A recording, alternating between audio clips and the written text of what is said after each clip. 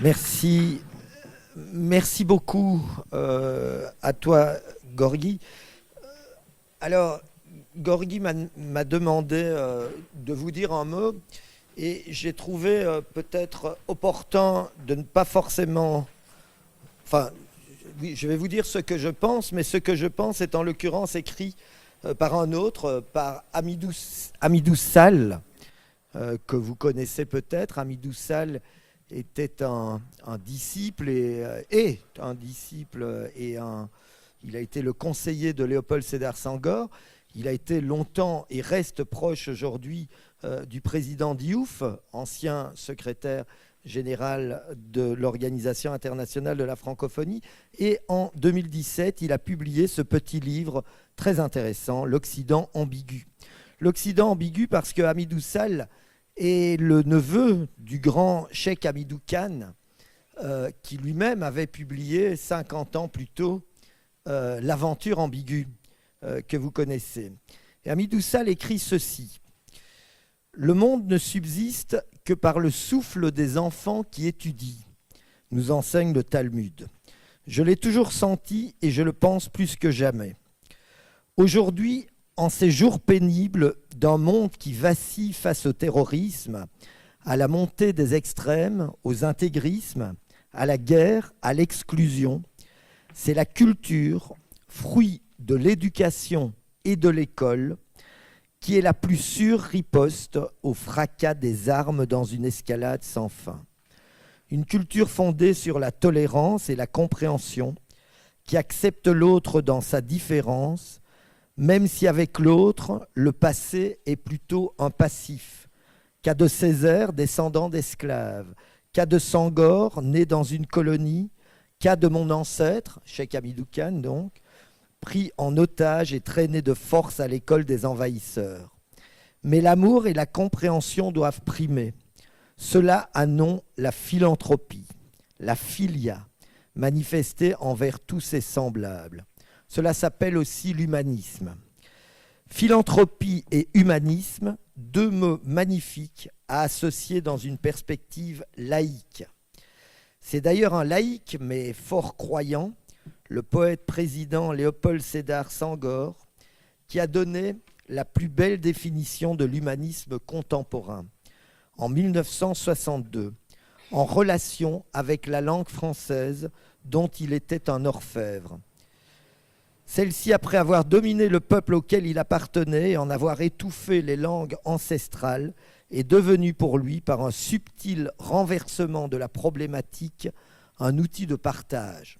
Et il cite ici Senghor, « La francophonie, c'est cet humanisme intégral qui se tisse autour de la terre, cette symbiose des énergies dormantes de tous les continents, de toutes les races, qui se réveillent à leur chaleur complémentaire. Le monde ne subsiste que par le souffle des enfants qui étudient, et aujourd'hui, nous sommes, grâce à Continent Premier, grâce à Gorgui, grâce à lui, nous sommes ces enfants qui étudient. Et nous allons tenter, je nous le souhaite, de comprendre un peu mieux encore ce monde, de comprendre un peu mieux ce que l'Afrique apporte au monde et comment le monde peut mieux intégrer l'Afrique. Alors pour cette belle initiative, dans le fil de toutes celles qui ont été entreprises et qui continueront à l'être par Continent Premier, je souhaite un plein succès et suis très fier que la francophonie puisse s'y associer et la soutenir. Excellents travaux, mesdames et messieurs.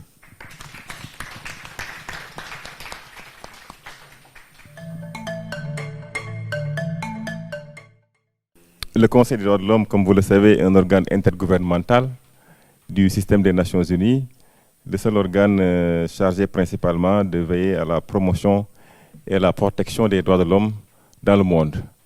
Et donc, il succède à l'ancienne Commission des droits de l'homme, c'est en 2006 qu'il a été créé, et donc nous en sommes au 13e cycle.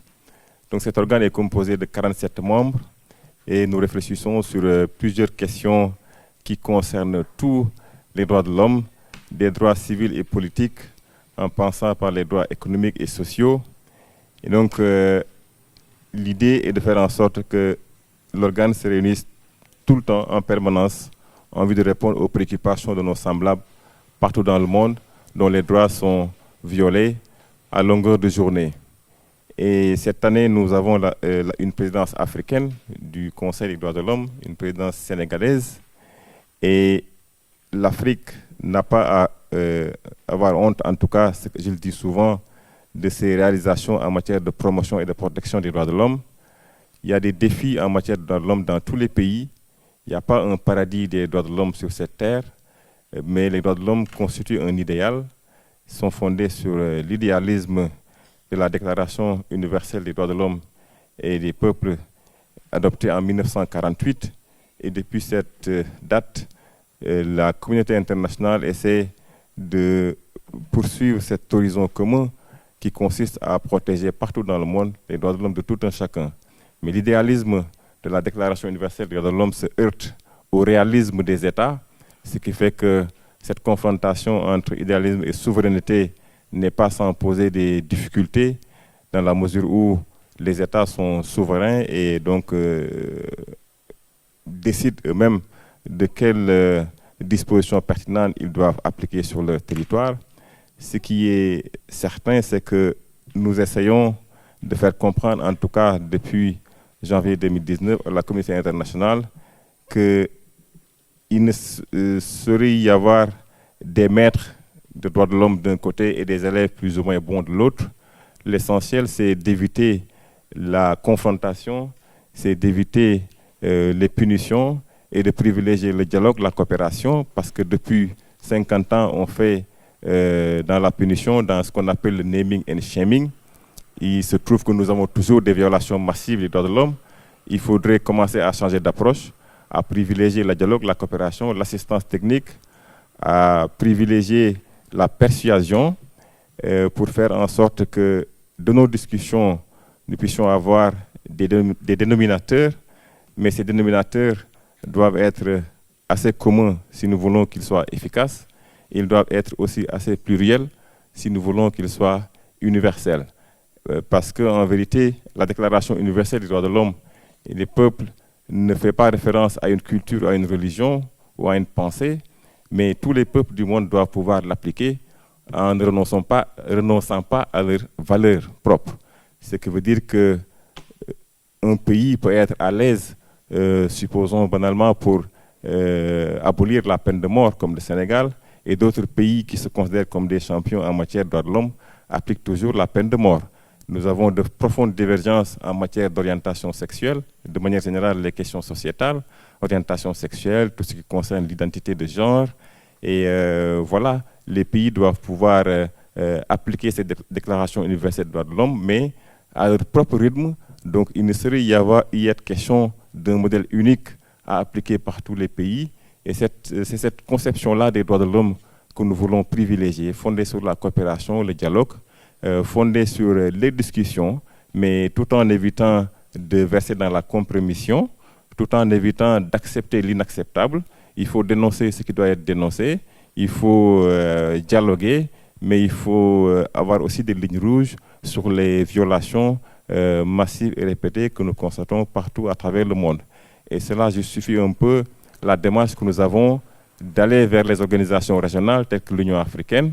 Et cette année, pour la première fois, le Conseil des droits de l'homme a eu la visite du président de la Commission de l'Union africaine, que j'avais invité moi-même après une visite que j'ai effectuée à Addis Abeba, pour demander à l'Union africaine de venir parler au monde des droits de l'homme, pour leur demander de cesser le repli sur soi, de venir montrer à la face du monde ce qui se fait d'intéressant en Afrique, et de partager également, de recevoir l'expérience des autres, parce que c'est seulement en discutant, en dialoguant et en recevant des autres que nous pourrions construire ces consensus, avoir ces dénominateurs communs qui puissent nous permettre d'avoir une conception unique des droits de l'homme. C'est-à-dire qu'aujourd'hui, s'il y a des difficultés à avoir des dénominateurs, c'est parce que chacun se replie sur soi, chacun pense que ses propres valeurs, sa propre culture, sa propre religion est la meilleure. Et donc, nous laissons de côté l'essentiel, c'est-à-dire la nécessité de construire des consensus dynamiques qui nous permettent de privilégier le multiculturel. Le multiculturel, c'est bon, mais je pense qu'il faut également favoriser l'interculturel. C'est-à-dire qu'il faudrait que les cultures et valeurs se joignent. C'est ce que notre défunt président poète appelait le rendez-vous du donner et du recevoir. C'est-à-dire qu'on est là pour, en tout cas, apprendre des autres dans le respect mutuel et dans l'écoute mutuelle. En gros, mon cher Guissé, pour ne pas trop développer, voilà l'introduction que je voulais faire, tout en restant à votre disposition. Merci. Merci.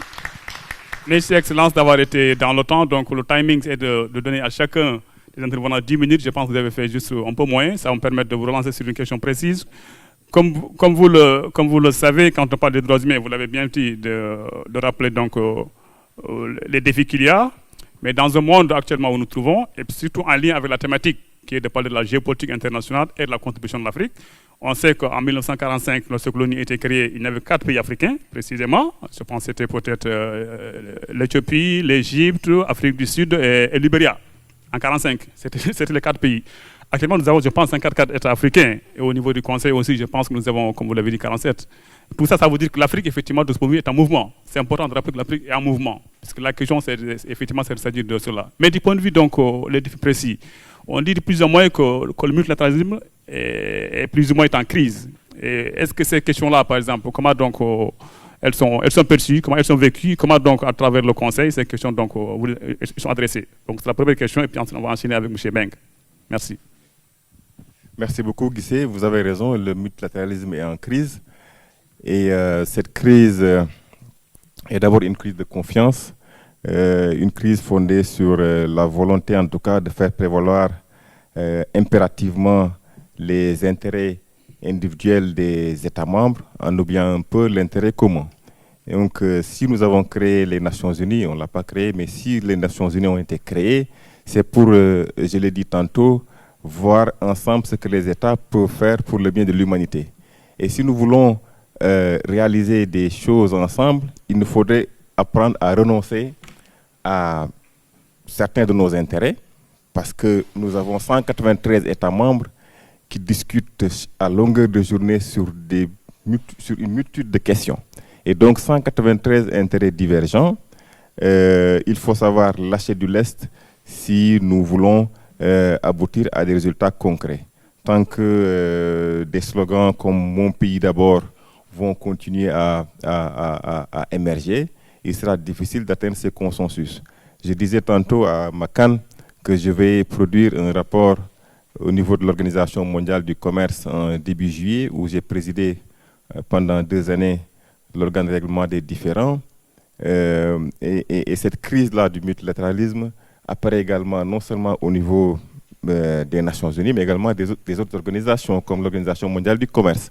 Vous voyez maintenant les grandes divergences de vues entre les grandes puissances, ces puissances même qui ont mis en place ces règles qui sont en train de contester aujourd'hui parce que ces règles ne les arrangent plus, tout simplement.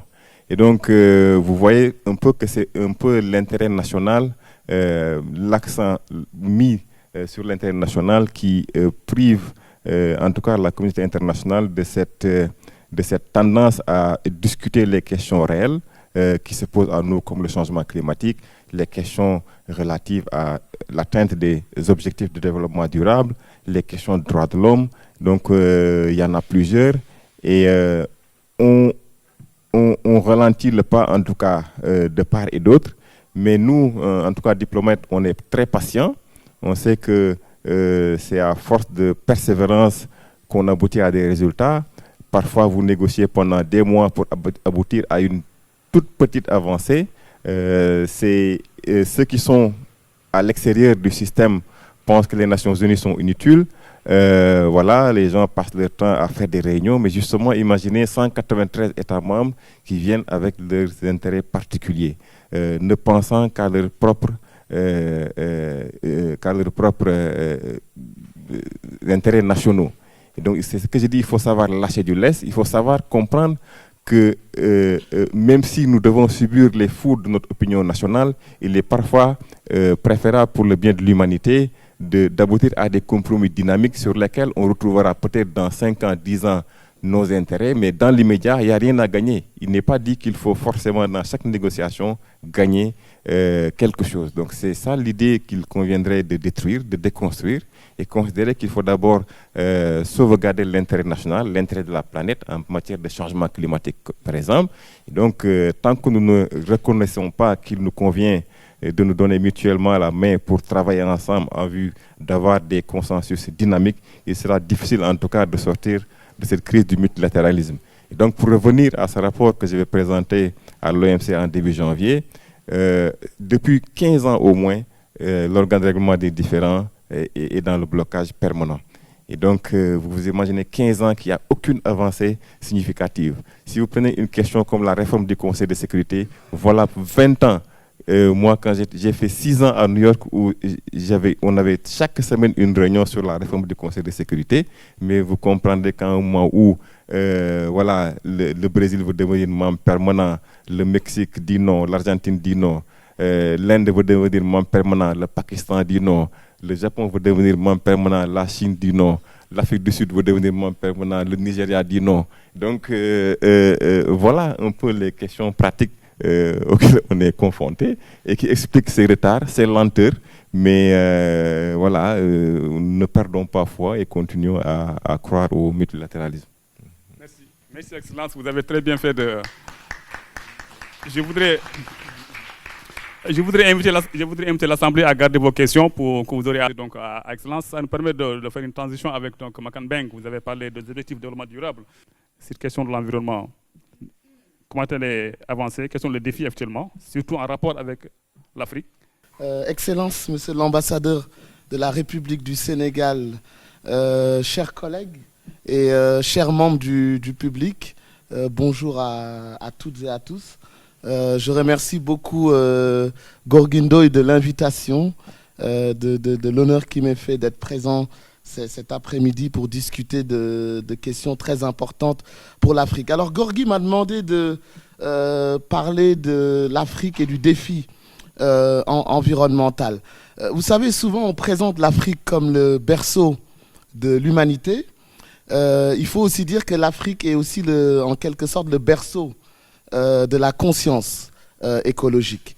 Au sein des Nations Unies, le président Guissé le rappelait tantôt, on a tendance à considérer que la genèse des préoccupations environnementales au niveau international date de 1972 ou de 1972, pour utiliser le jargon genevois.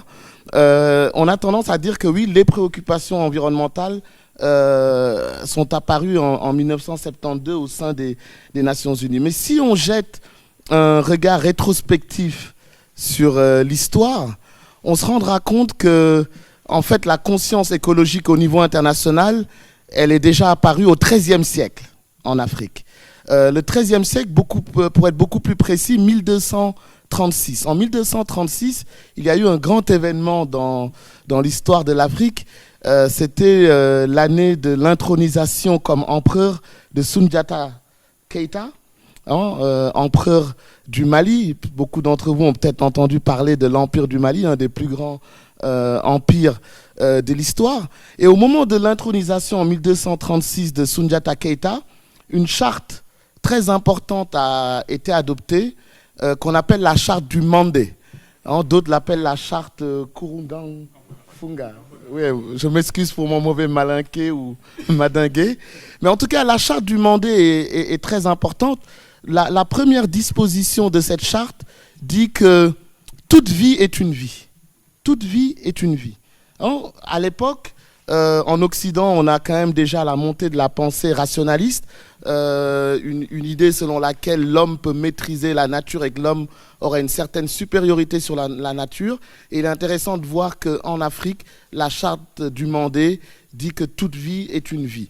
Et cette idée qui a été développée dans la charte du Mandé déjà au XIIIe siècle a été reprise beaucoup plus tard par la communauté internationale. En 1982, l'Assemblée générale des Nations unies a adopté une résolution qui s'appelle la Charte mondiale de la nature. Et donc c'est en 1982 que pour la première fois, la communauté internationale reconnaît que toute forme de vie est unique et mérite d'être respectée. Donc l'idée qui était déjà inscrite dans la charte du Mandé. Donc on voit qu'avant l'époque coloniale, il y a déjà une très grande présence de la conscience écologique sur le continent africain. Alors bien sûr, la période coloniale va étouffer cette pensée, cette vision écologique. Pendant la période coloniale, les puissances colonisatrices n'ont pas du tout un agenda écologique, en tout cas sur le continent africain. J'aime toujours donner l'exemple de la seule convention internationale qui a été conclue pendant la période coloniale en relation avec l'Afrique et qui s'intitulait « Convention destinée à assurer la conservation des diverses espèces animales vivant à l'état sauvage en Afrique qui sont utiles à l'homme ou inoffensives ». Qui sont utiles à l'homme ou inoffensives. Donc les seules espèces animales qui méritaient d'être conservées durant la période coloniale, c'était les espèces qui étaient utiles à l'homme ou inoffensives. Mais alors, au lendemain des indépendances, donc à partir des années 60, la conscience écologique revient sur le continent africain. Beaucoup d'entre vous le savent ici. En 1963, il y a la création de l'OUA, l'Organisation de l'Unité africaine, donc l'ancêtre ou le prédécesseur de l'Union africaine. Et la charte de l'OUA met l'accent sur l'objectif de conservation des ressources naturelles comme un objectif fondamental pour le bien-être des populations africaines, mais aussi pour leur développement progressif. Donc c'est un objectif à part entière de l'Organisation de l'Unité africaine. Très souvent, quand on parle de l'Organisation de l'Unité africaine, on en parle en termes de préservation des frontières héritées de la colonisation ou de préservation de l'indépendance de nos pays. Mais il y avait aussi cette dimension écologique qui était un objectif de l'Organisation de l'Unité africaine.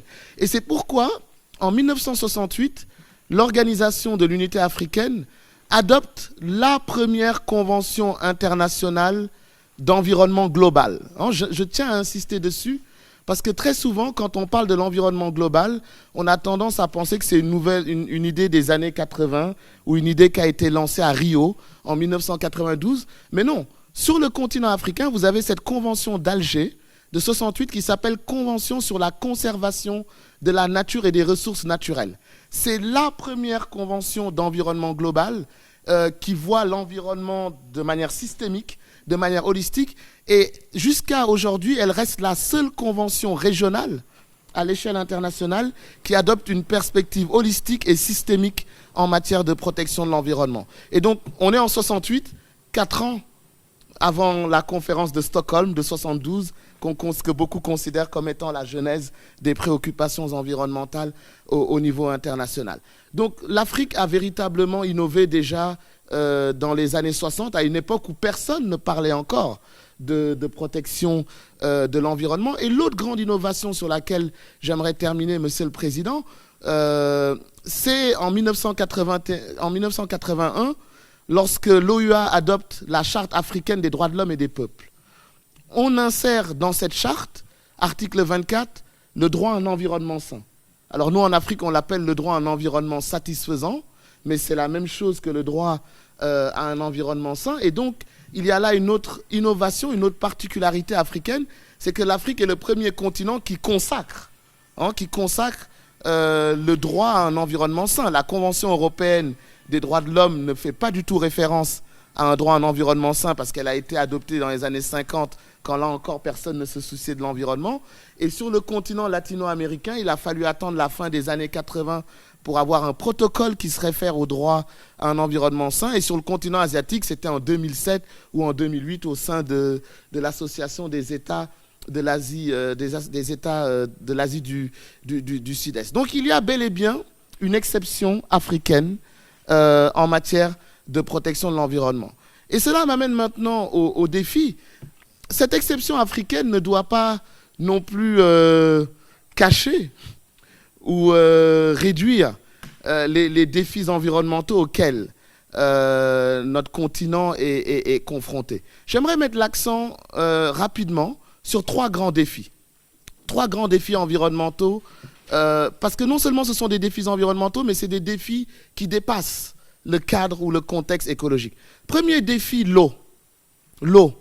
La raréfaction des ressources en eau en Afrique est véritablement un problème environnemental majeur. Et cette raréfaction des ressources en eau est bien sûr une source de menace pour la paix et la sécurité en Afrique. Il suffit tout simplement de penser au bassin du lac Tchad. Vous savez, le bassin du lac Tchad, c'est une des plus grandes catastrophes écologiques de l'histoire. C'est un bassin qui faisait 25 000 km². Aujourd'hui, il en fait un peu moins de 5 000. Et c'est un terreau très important pour Boko Haram. Deuxième défi environnemental, la désertification.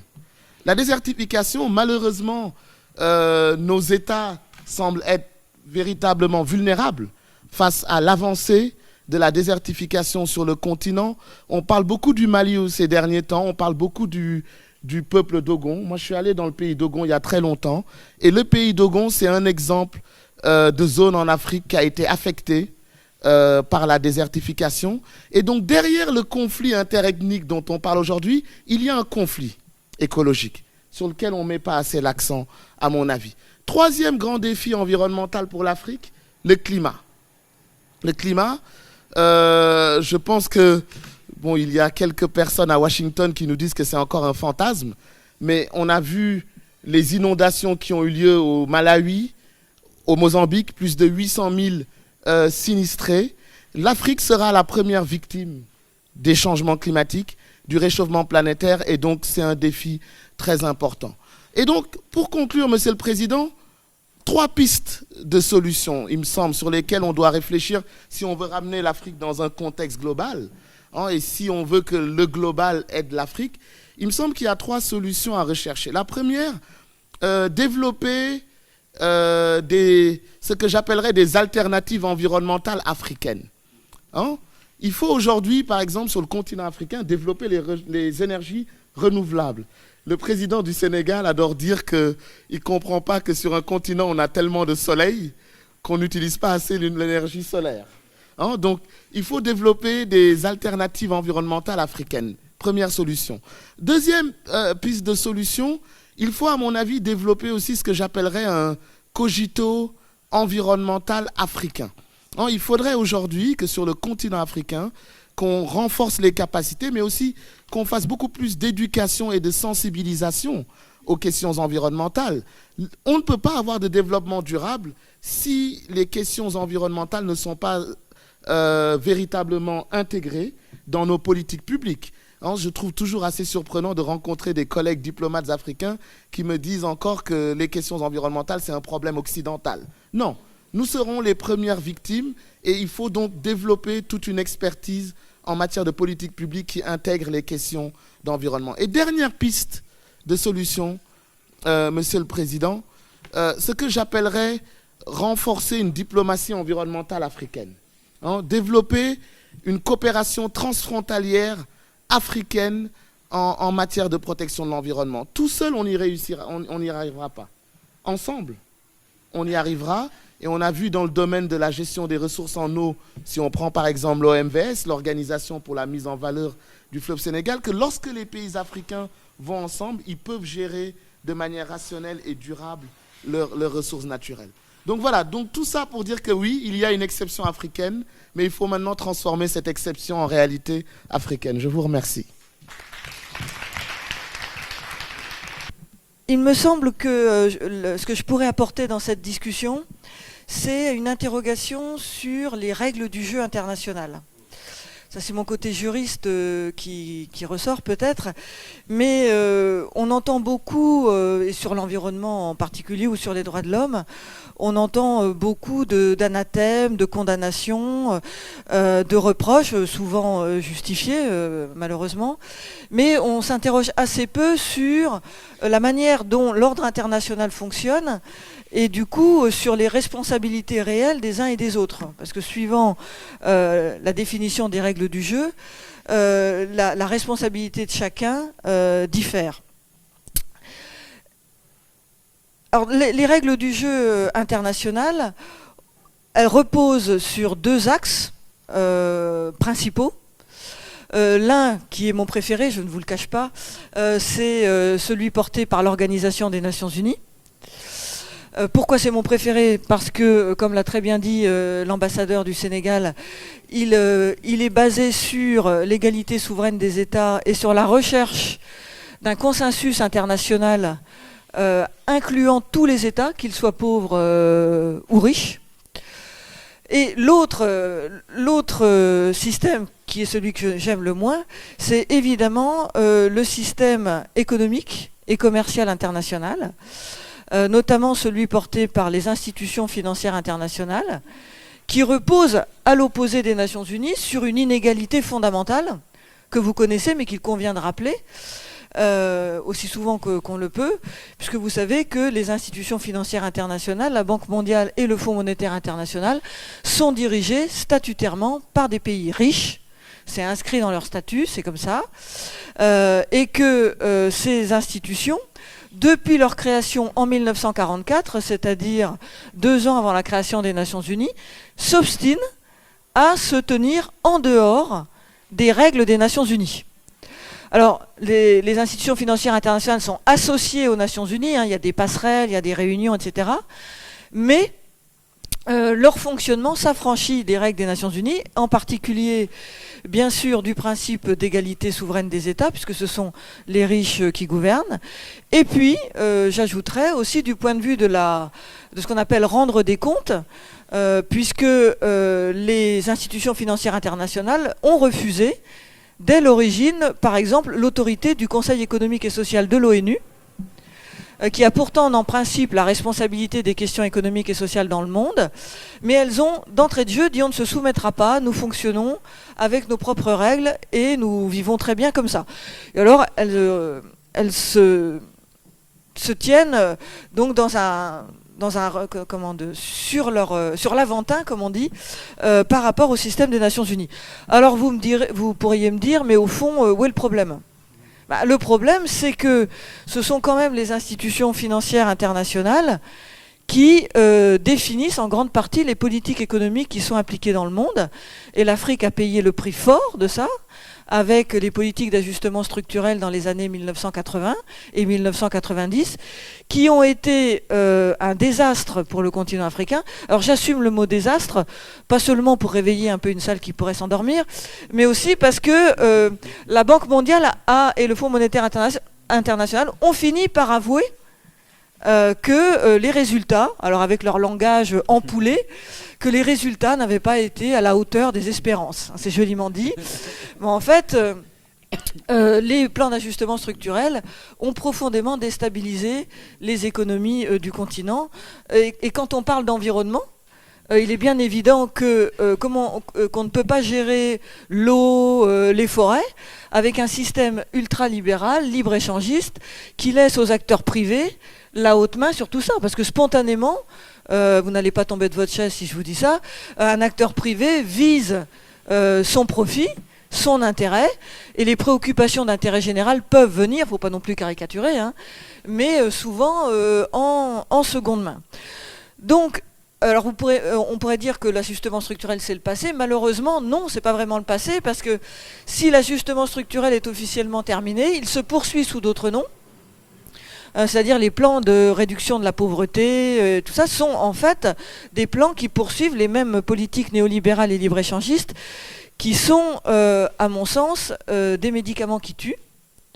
Et c'est pour ça que je regrette, je le dis officiellement, je regrette beaucoup que l'Union africaine s'engouffre dans cette voie du libre-échange avec la zone de libre-échange continentale qui vient d'être adoptée. C'est à mon sens une très mauvaise idée. On est obligé d'aller vite, donc je vais peut-être être un peu à l'emporte-pièce, pour la simple et bonne raison que le libre-échange repose sur une fiction qui est que des acteurs extrêmement inégaux peuvent s'en sortir sans règle du jeu. C'est-à-dire on estime que le Mali peut entrer en compétition avec l'Allemagne, voilà, que le meilleur gagne, ou que le Sénégal peut concurrencer les États-Unis, puisque dans le cas de la fiction du libre-échange, il y a une politique de niche, et avec les avantages comparatifs, chacun peut trouver sa place. Bon, on voit bien que ça ne fonctionne pas comme ça. Bon, c'est plus sophistiqué ça, le libre-échange. On a quelqu'un qui a travaillé à l'organe de règlement des différends, qui pourra nous en dire plus que ça. Mais n'empêche qu'il y a cette inégalité. Et depuis que le libre-échange s'étend sur la planète, depuis une trentaine d'années, on voit bien les dégâts. Alors, l'Europe commence à le voir, mais en Afrique, on voit bien les dégâts.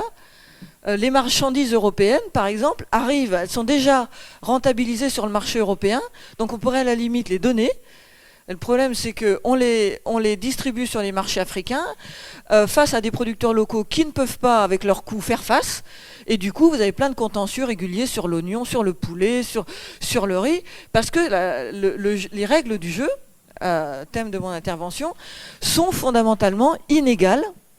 Et on ne peut pas imaginer, c'est la fameuse formule, hein, le libre-échange, c'est le renard libre dans le poulailler libre. Et des économistes disent l'économie mondiale devrait fonctionner comme le judo. On ne fait pas combattre des poids lourds et des poids plumes. Et pourtant, le libre-échange, j'assiste un peu lourdement parce qu'il y a de l'actualité, le libre-échange fonctionne sur cette fiction. Donc, du point de vue économique et social, les règles du jeu sont inégales pour le continent africain.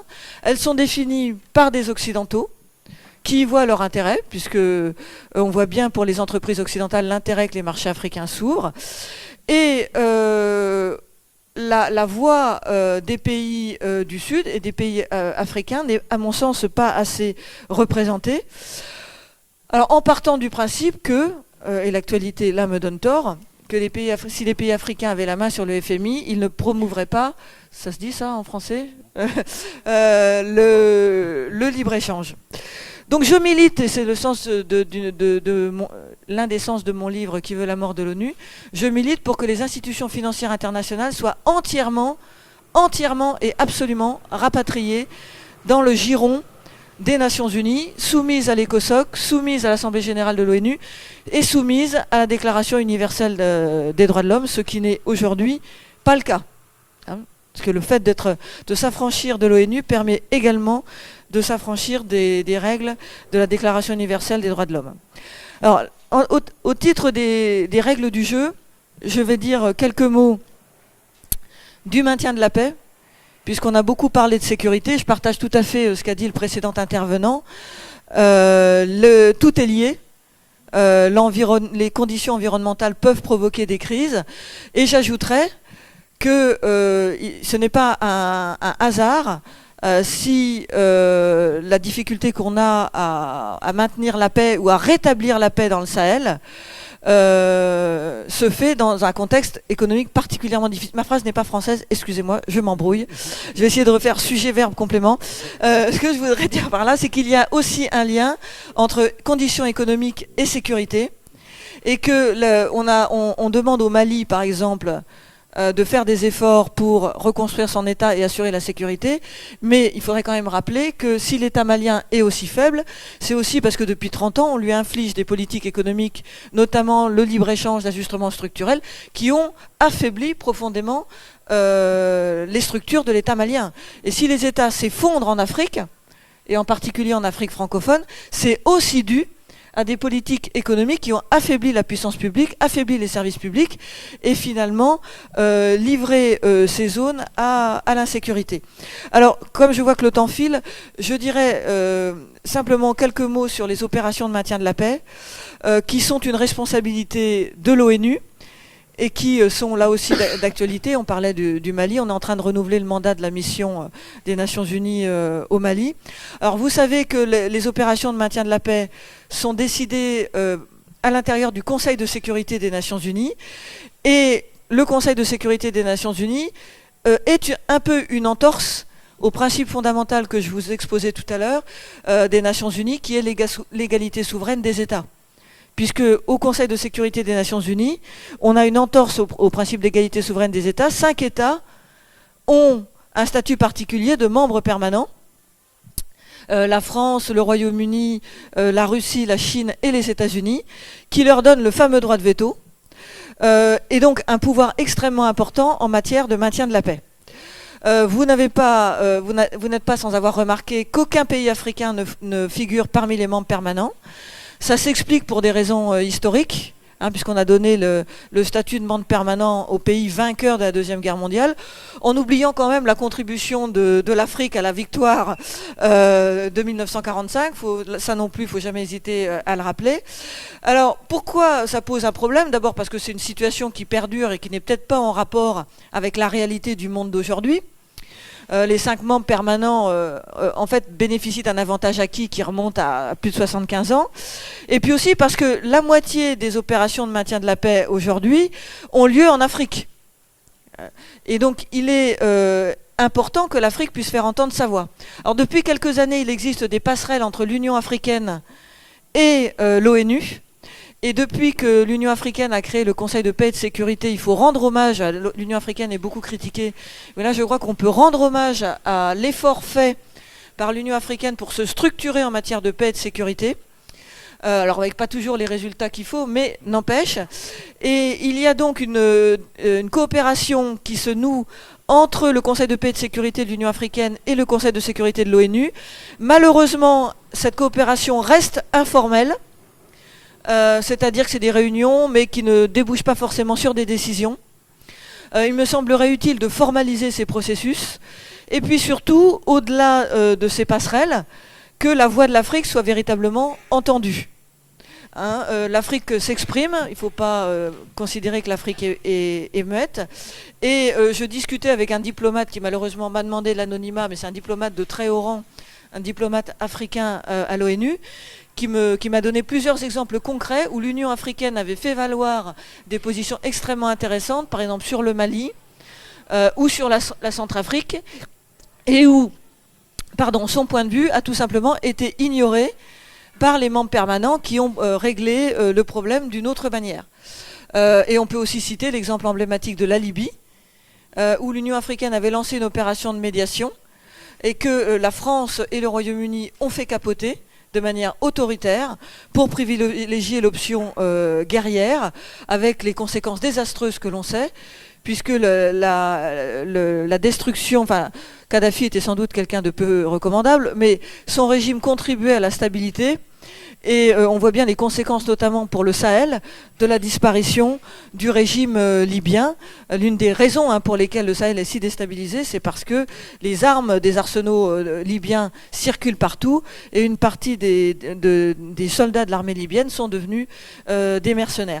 Donc pour conclure, j'en appellerai dans la perspective de ce qu'ont dit les 2 précédents intervenants, à ce que les 75 ans des Nations Unies, l'an prochain, soit l'occasion d'une grande conférence du niveau de la conférence de San Francisco, pour qu'on redessine les règles du jeu, mais cette fois avec tout le monde autour de la table, les 193 pays, et que ces règles du jeu permettent une véritable pluralité de points de vue, et celui de l'Afrique en particulier, pour que non seulement cet ordre soit plus juste, mais aussi qu'il soit plus efficace, parce que plus la règle du jeu est partagée, plus elle est efficace. Merci. Je voudrais vous saluer tous et toutes en vos noms, grades et qualités. Et je voudrais vous demander chacun de faire le même geste que moi, de saluer ceux qui sont à côté de vous, dans un état de fraternité pour établir le pont le plus direct.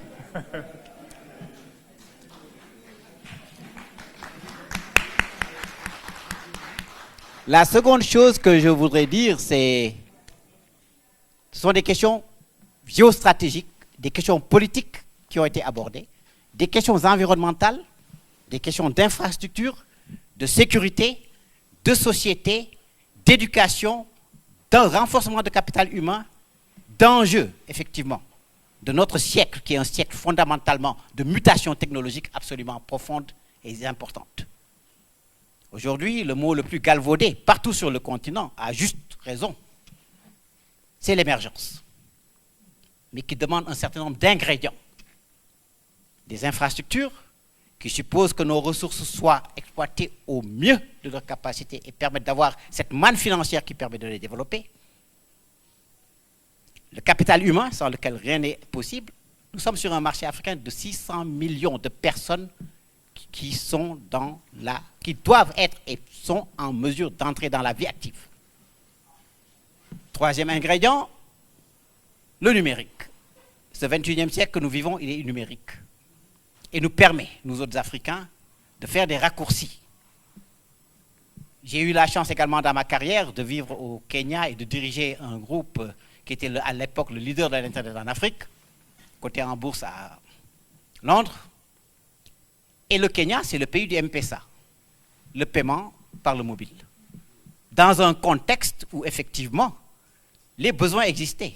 Les Européens, les Américains ne pouvaient pas inventer cette chose parce que ce n'est pas dans leur pratique d'envoyer de l'argent au cousin qui veut payer ses cours, d'envoyer à la grand-mère de quoi régler sa facture d'électricité, etc., etc. Donc c'est à partir de besoins vécus pour voir comment on fait quand on n'a pas de compte bancaire, quand on n'a pas de carte de crédit comme nous, comment on fait pour envoyer de l'argent. Donc c'est ça qui a développé la M-Pesa. Aujourd'hui, quand on voit ce foisonnement, effectivement, des startups africaines, de jeunes startups dans tous les domaines, médical, les applications et tout, on se rend compte qu'aujourd'hui, l'Afrique n'est pas le continent largué aux arrière-plans, mais il est tout à fait à l'avant-garde de la révolution technologique, quelle que soit la modicité des moyens.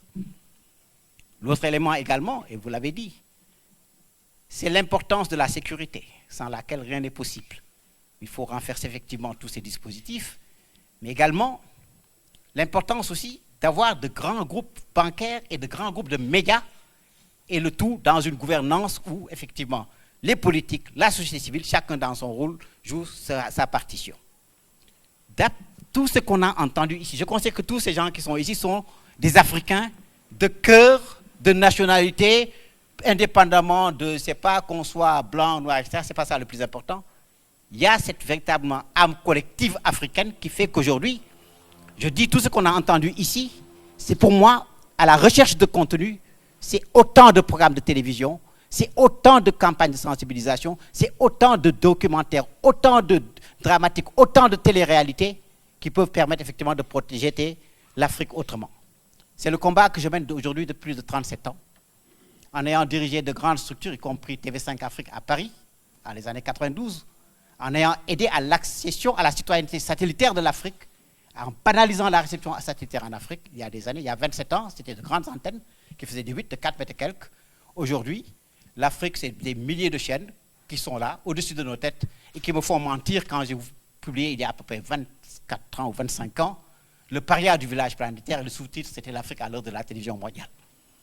Aujourd'hui, donc, avec tout ce parcours, ce que j'essaie de faire depuis quelques années, en naviguant entre le public et le privé, avec d'autres casquettes, je suis juriste au départ de formation, angliciste, membre d'un groupe qui aujourd'hui est le cabinet Performance associé de Victor Ndiaye, qui est le plus grand cabinet de stratégie d'Afrique francophone et qui a fait des plans d'émergence de plusieurs pays africains. Nous disons que nous sommes véritablement au cœur de problématiques essentielles. Il faut que nous racontions nos propres histoires.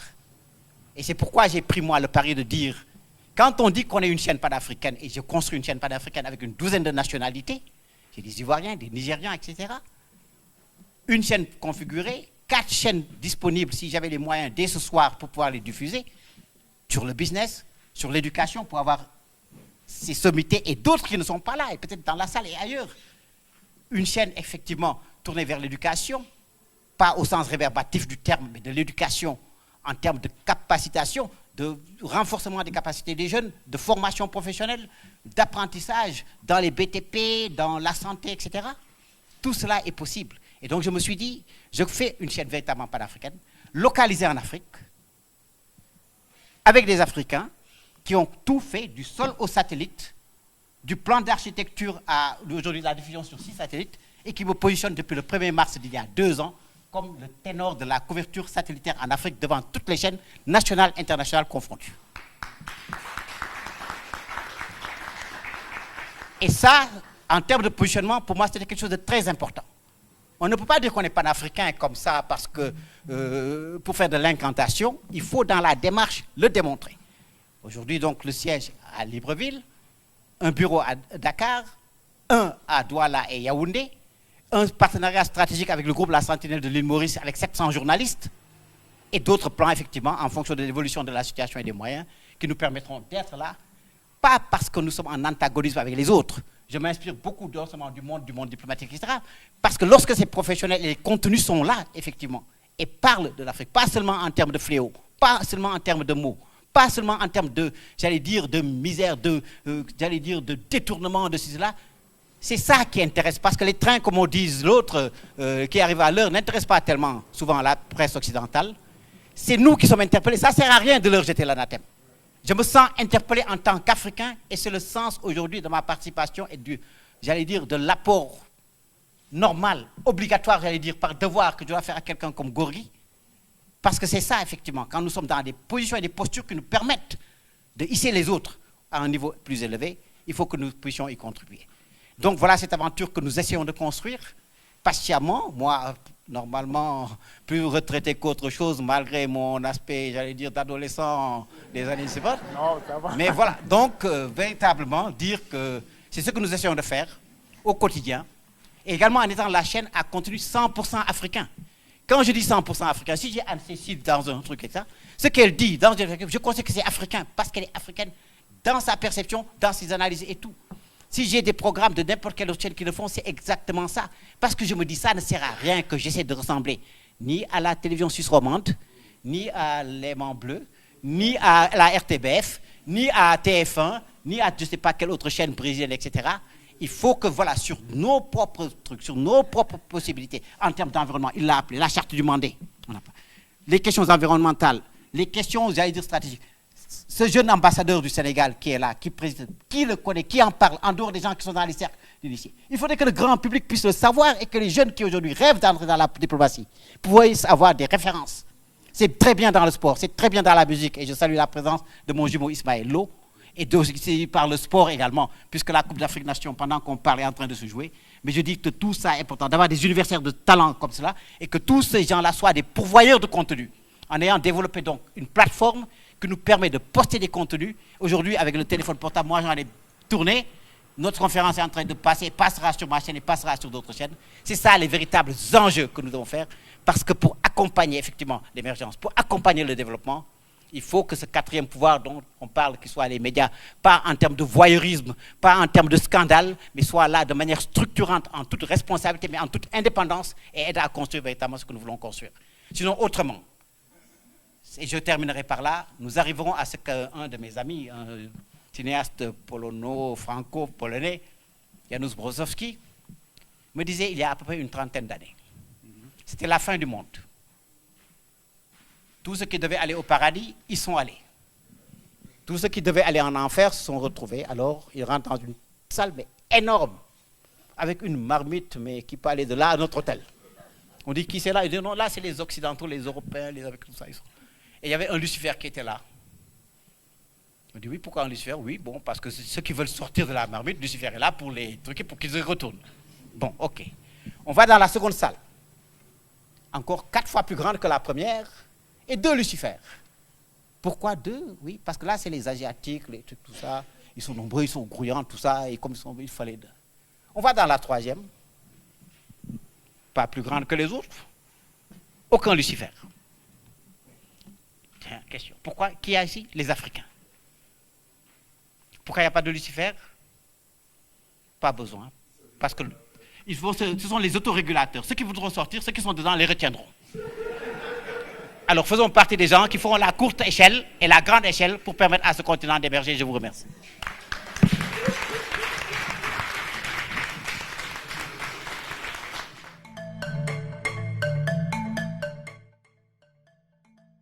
On parle souvent du développement en termes de croissance économique. C'est en général ce qu'on dit, oui, alors pour se développer, il faut avoir plus d'argent, etc.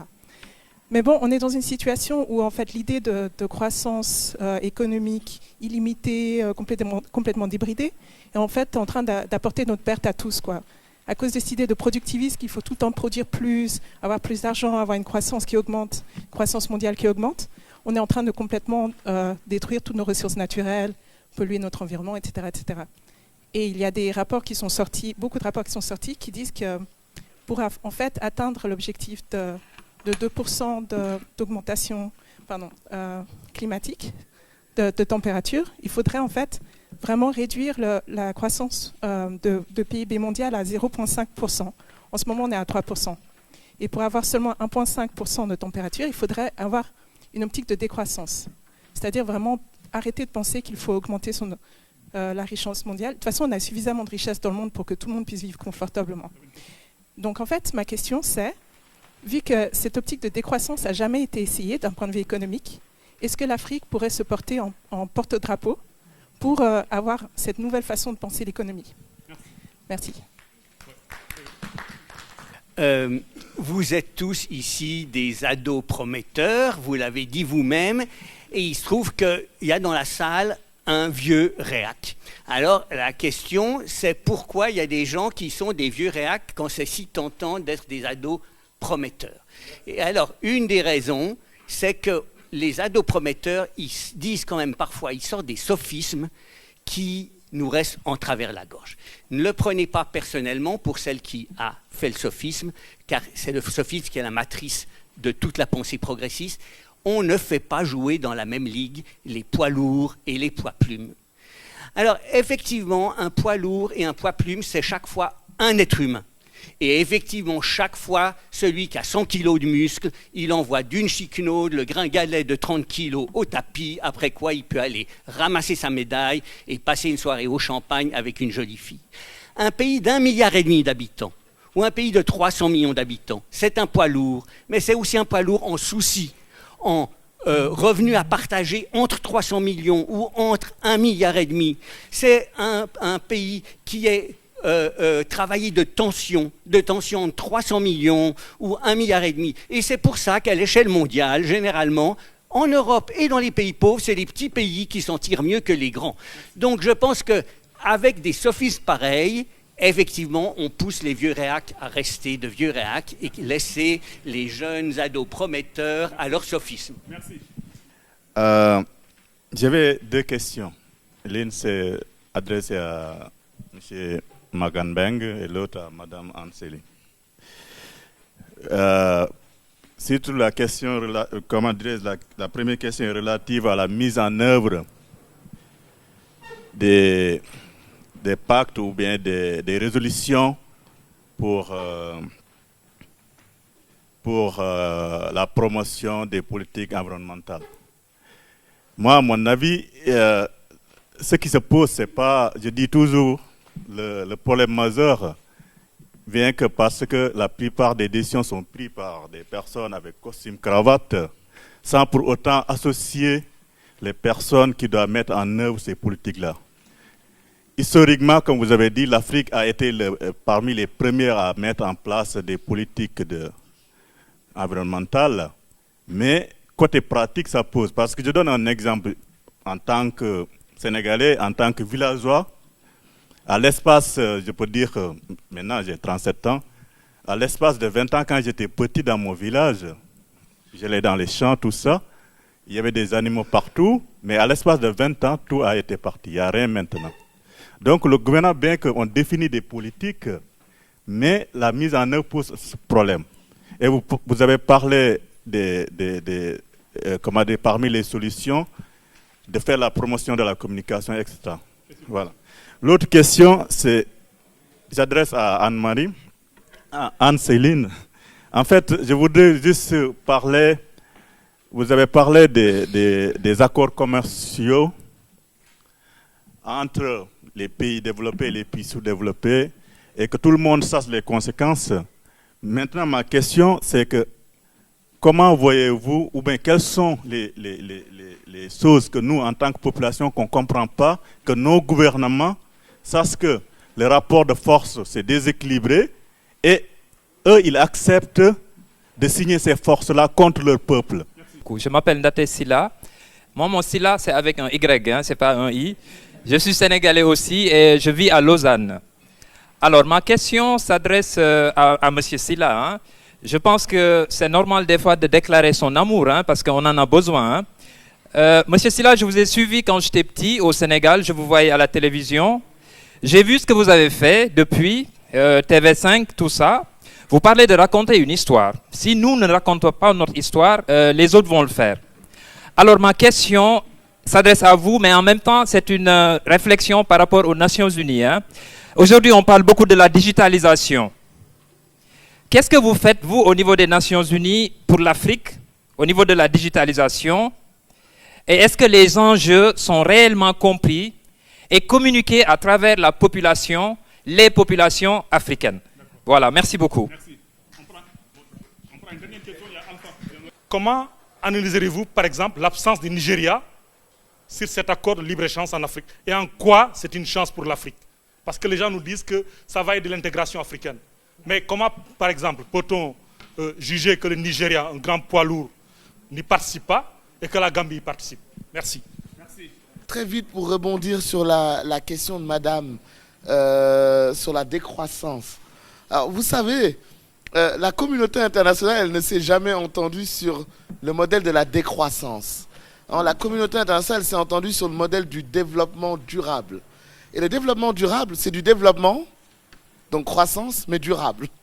Et donc le modèle de la décroissance, ce n'est pas un modèle qui fait l'unanimité ou qui fait l'objet de consensus à l'heure actuelle.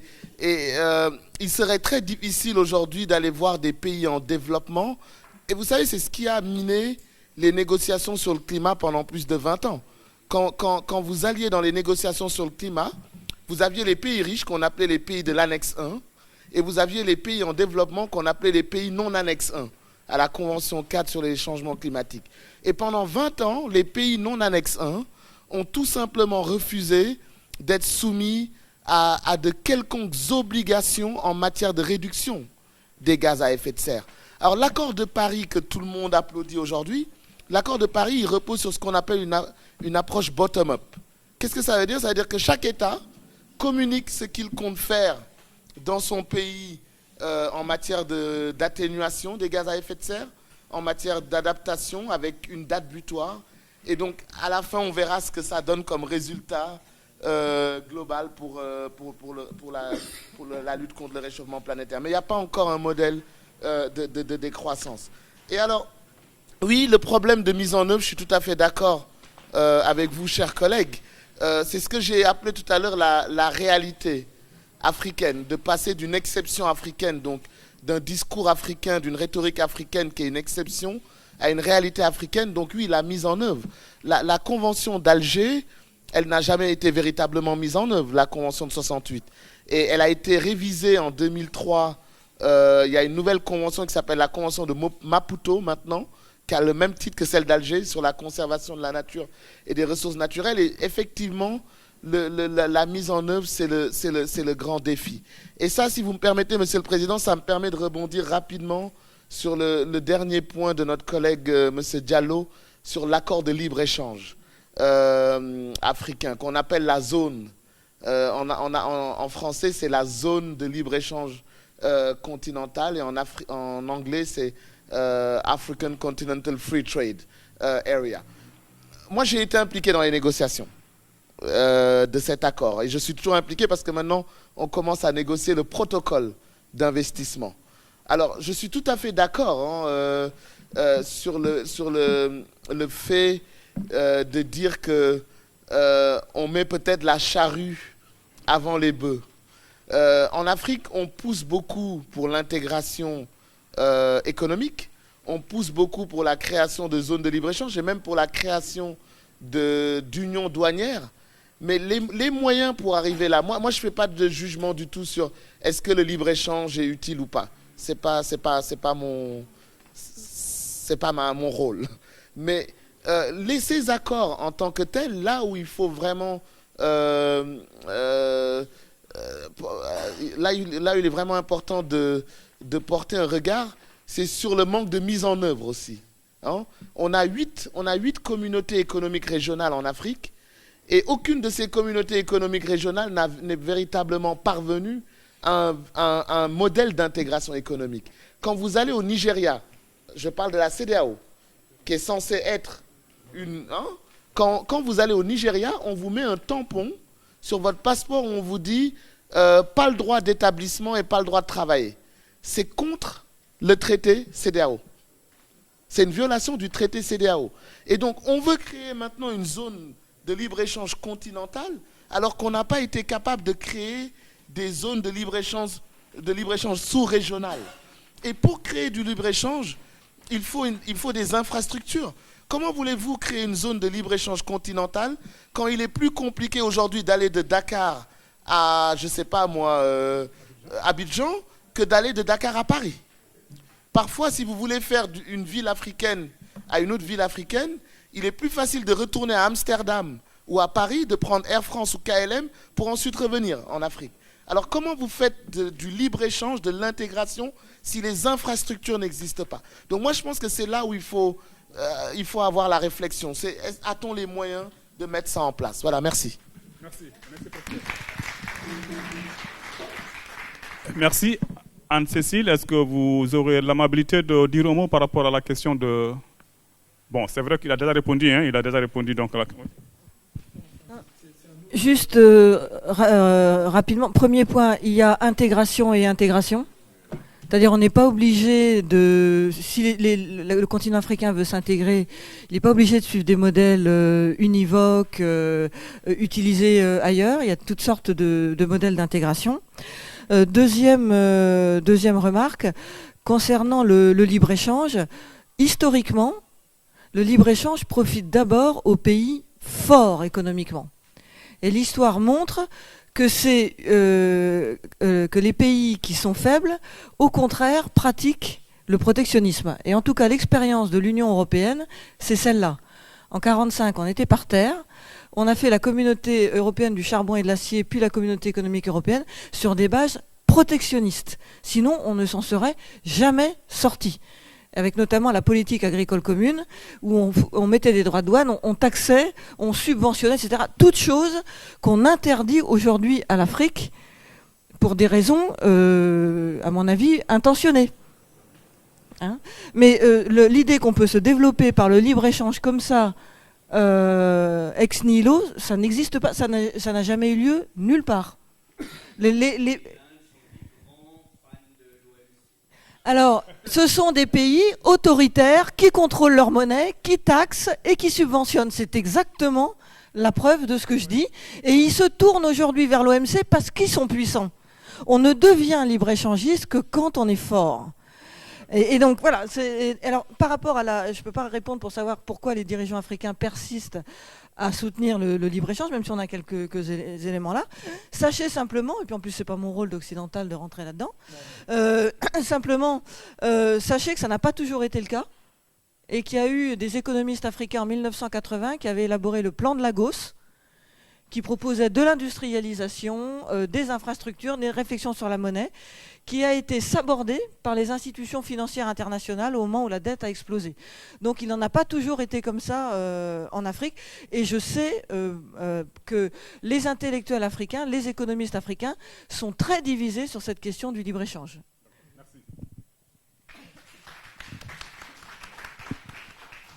Vous avez quelque chose à ajouter, Caroline? Vous avez des choses à ajouter par rapport aux questions?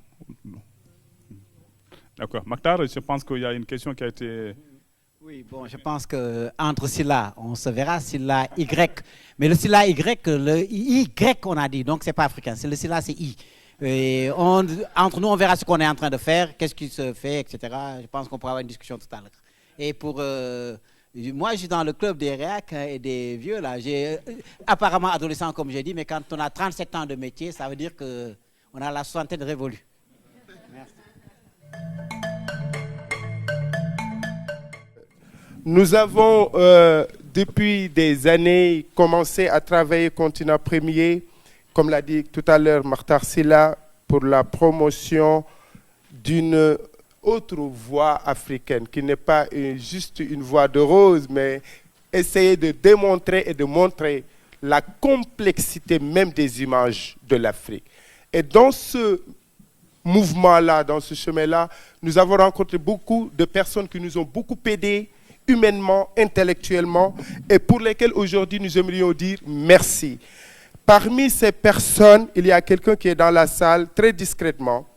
Il s'appelle M. Jean-François Mabi, que je demande de venir là. Ndiarka, il faut accompagner M. Mabi. Voilà. Voilà. Très bien. Et je voudrais appeler son Excellence, Monsieur l'ambassadeur de la francophonie, Monsieur Henri Mosso, s'il vous plaît, pour remettre à notre collègue et ami, Monsieur Jean-François Mabi, journaliste à la Tribune de Genève, ses diplômes de président d'honneur à titre éternel pour son soutien constant aux différentes activités initiées par l'association et le déclare digne de tous les honneurs, droits et privilèges associés à cette distinction. Pour les photographes. Non, regardez-vous là. Il faut aller plus au milieu pour les photographes. Merci beaucoup. Voilà. Alors, j'ai aussi, j'en ai parlé tout à l'heure, Madame Anne-Cécile Robert. Ça ne date pas d'aujourd'hui. Et je souhaiterais demander à Monsieur l'ambassadeur du Sénégal de bien vouloir lui remettre ce diplôme. S'il vous plaît, devant, comme pour les photographes.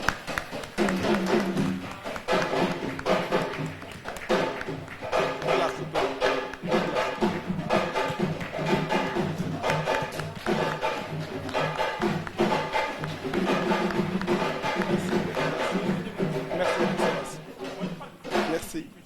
Alors, pour l'instant, il y a un dernier diplôme.